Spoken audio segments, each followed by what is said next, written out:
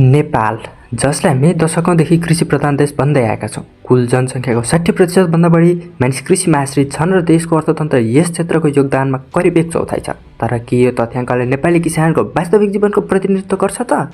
आज हामी नेपाली कृषिको धरातलीय यथार्थ र यसका चुनौतीहरूको खोजी गर्नेछौँ।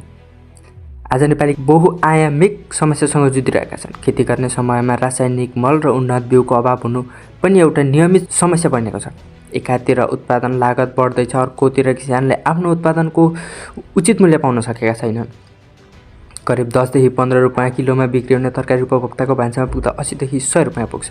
यो बीचको ठुलो नफा बिचौलियाहरूको हातमा जाने तर वास्तविक पसिना बगाउने किसानमा सधैँ ऋणमै रहनुपर्ने अवस्था छ। हाम्रो उत्पादनले बजार नपाउँदा धेरै किसानले सडकमै दुध र तरकारी फाल्नुपर्ने समस्याहरू आउँछन्।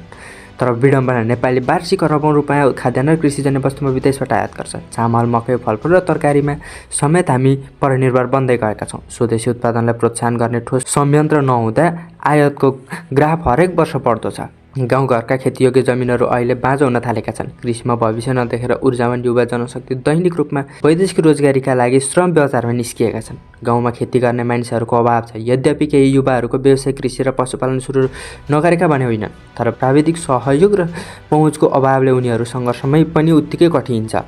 सरकारले हरेक वर्ष कृषिको प्राथमिकता दिँदै अरबौँ बजेट र विभिन्न अनुदानहरू योजनाहरू ल्याउने गर्छ, तर ती योजनाहरू वास्तविक किसानसम्म पुग्न सकेको छैनन्। सिँचाइको सुविधा अझै पनि धेरै ठाउँमा पुग्न सकेको छैन। सरकारी अनुदान र सहुलियतपूर्ण ऋणको पहुँचवालाहरूमा मात्र सीमित नहुँदा वास्तविक साना किसानहरूको राज्यको उपस्थितिको महसुस गर्न पाएका छैनन्। नेपालको समृद्धि कृषिको विकास बिना असम्भव छ।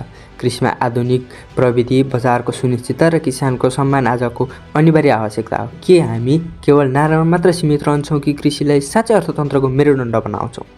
तपाईँको विचार, नेपाली किसानको अवस्था सुधार गर्न सरकारले के कस्ता कदमहरू चाल्नुपर्छ? आफ्नो प्रतिक्रिया कमेन्टमा लेख्नुहोला।